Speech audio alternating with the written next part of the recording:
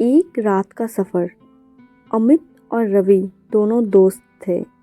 वे गाजोल के एक छोटे से गांव में रहते थे। उन्होंने अपनी छुट्टियों में दार्जिलिंग घूमने का प्लान बनाया था। वे अपनी बाइक पर सफ़र करने का फैसला किया था। एक दिन वे अपने गांव से निकले और रास्ते में एक होटल में रुके। वहां पर उन्हें एक बूढ़ा आदमी मिला जो उन्हें एक रहस्यमय कहानी सुनाने लगा। बूढ़ा आदमी बोला, बेटा तुम लोग दार्जिलिंग जा रहे हो तो मुझे एक बात बताओ, क्या तुमने कभी बागडुंगा का नाम सुना है? अमित और रवि ने एक दूसरे को देखा और कहा, नहीं, ये कौन सी जगह है? बूढ़ा आदमी ने कहा, ये एक ऐसा जगह है जहाँ लोगों को रात में नहीं जाना चाहिए। ये एक ऐसा जंगल है जहाँ भूत प्रेत, चुड़ैल, डाकू और अन्य खतरनाक चीज़ें घूमती है। यहाँ का रास्ता भी बहुत ख़राब है और कभी कभी तो रास्ता ही बदल जाता है, इसलिए यहाँ से गुजरने वाले लोगों को कभी भी वापस नहीं देखा जाता है। अमित और रवि ने बूढ़े आदमी की बातों को सुनकर हंसा और कहा, ये तो बस आपकी अफवाहें हैं। हमको तो ऐसी बातों से कोई डर नहीं लगता। हम तो बागडुंगा से ही गुजरेंगे और आपको बताएंगे कि वहाँ कुछ भी नहीं है। बूढ़ा आदमी उन्हें रोकने की कोशिश की, लेकिन वे उसकी बातों पर ध्यान नहीं दिया। वे अपनी बाइक पर चढ़े और बागडुंगा की तरफ चले गए। रात के अंधेरे में वे एक जंगली रास्ते पर पहुँचे।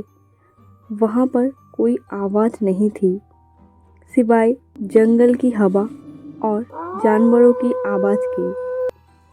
वे अपनी बाइक की स्पीड बढ़ाए और जल्दी से उस रास्ते से निकलने की कोशिश करने लगे।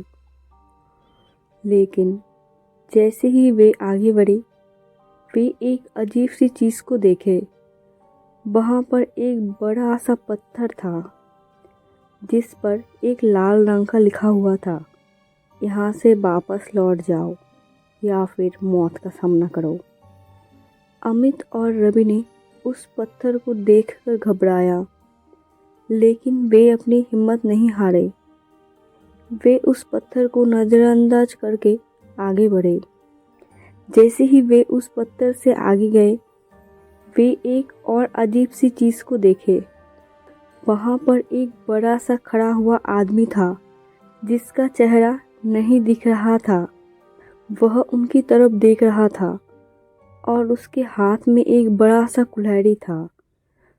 अमित और रवि ने उस आदमी को देखकर डर से चिल्लाया और अपनी बाइक को पलटने की कोशिश की, लेकिन उनकी बाइक का इंजन बंद हो गया और वे अटक गए।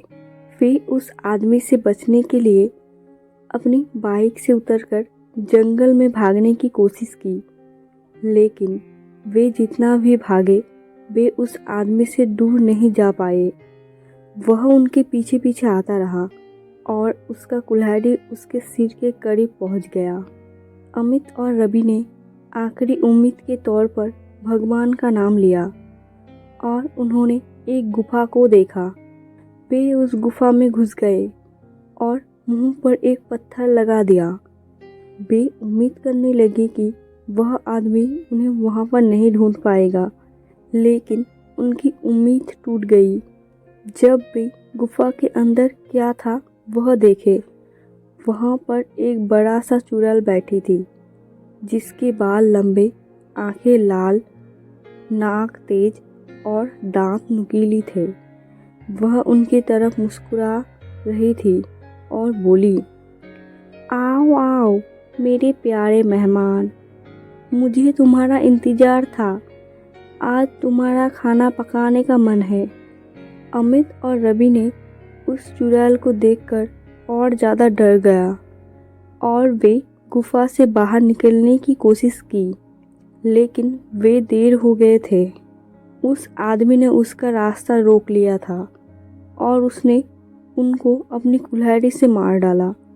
उसके बाद वह उनके सबों को उस चुड़ैल को दे दिया और वह दोनों उन्हें खा गए। ये सुनकर बूढ़ा आदमी रोने लगा और बोला, ये मेरे बेटे थे जो बागडूंगा से गुजरने की जिद करते थे। मैंने उन्हें रोकने की कोशिश की, लेकिन मेरी बात नहीं मानी।